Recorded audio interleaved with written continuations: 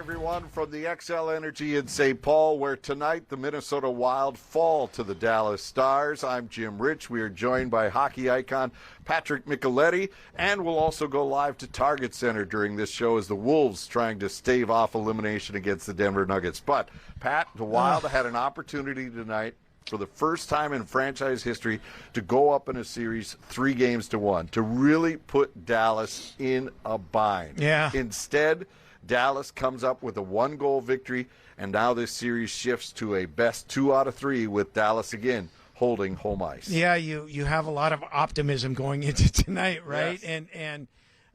But you have to understand also that Dallas is a really good team. They finished ahead of the Wild during the regular season, and they're just so close, and that you almost knew that this is going to be a long series. And Dallas came out tonight and earned the victory. All right, let's take a look at the highlights of this one, and it was a unique night here, not as rowdy as what we saw here in Game 3 Friday night at 8:30, but still it was an entertaining game.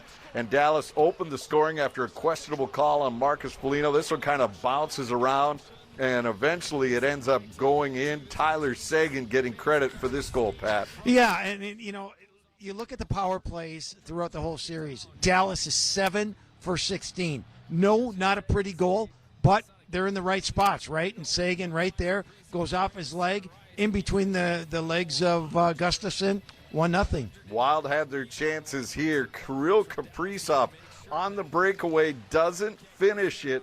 Everybody thought that should have gone in. Well, Jake Ottinger has just been all world in this series.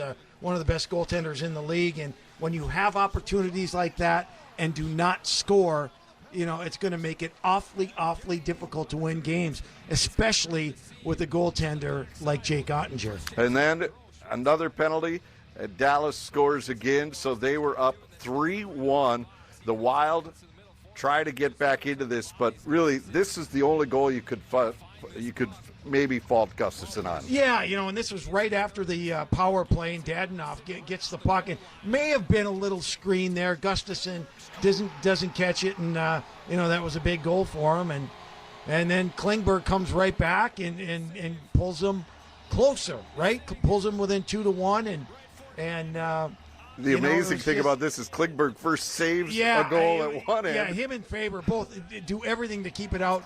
And then, he does such a good job of moving to his right, and then goes back to his left and beats Ottinger. Very rare that Ottinger gets beat from there.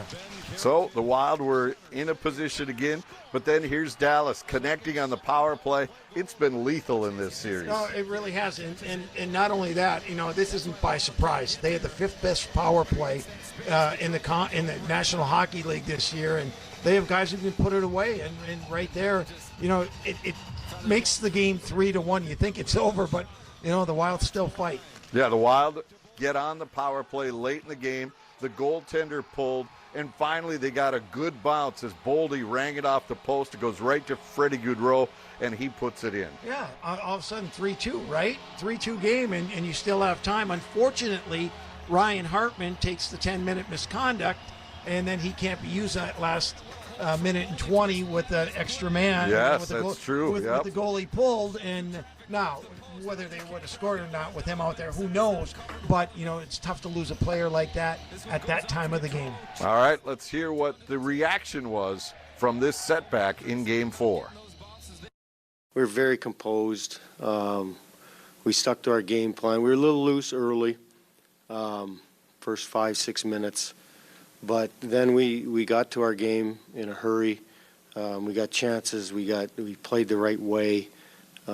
We didn't get rewarded tonight. Just simplifying your game. Things don't happen as fortunately as they can in the regular season. You got to earn your breaks, and sometimes it's easy ones that come right in your stick. Sometimes it's hard battles that you got to win and stuff like that. So it's exciting. It's good hockey. Yeah, that's kind of the thing. The Wild didn't get the bounces tonight, No. but overall, I think something's going on in this series with Kirill Kaprizov. Last year against St. Louis, he was phenomenal, 7 goals in 6 games. So far, he had 1 goal in Game 1, and since then, Dallas has figured a way to slow him down. Well, I don't care who you're playing against, whether it be McKinnon, McDavid. You are going to try everything in your power to stop the superstar of the other team. Dallas has done a great job of bottling him up. It doesn't seem that he's finding any space, right? He'll have one guy on him, maybe thinks he's got some space. Well, there's another guy right there to get all over him, and they're hitting him every time, and they're making it really, really difficult for him to be as creative as we're used to seeing.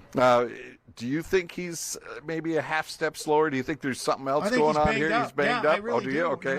And our old friend who used to play here, yes, Mr. Suter. Ryan Suter, is giving him a couple shots to the back there, and I do think he's banged up a little bit. I think that could be his back, could be his ribs, and when you're banging like that, oh yeah, and then moving your body like that, and you feel that pain all the time.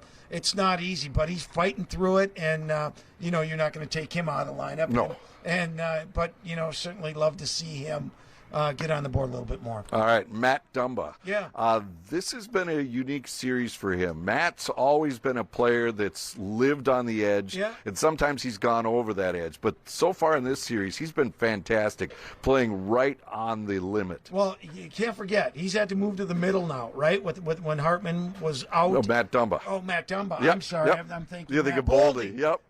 Matt Dumba's played terrific. I mean, he really has. I think he's come to the realization that I'm okay. I'm not going to worry about next year. I'm going to play the way Matt Dumba plays. I want to win. I think this team can win. And he simplified his game and has played really, really well.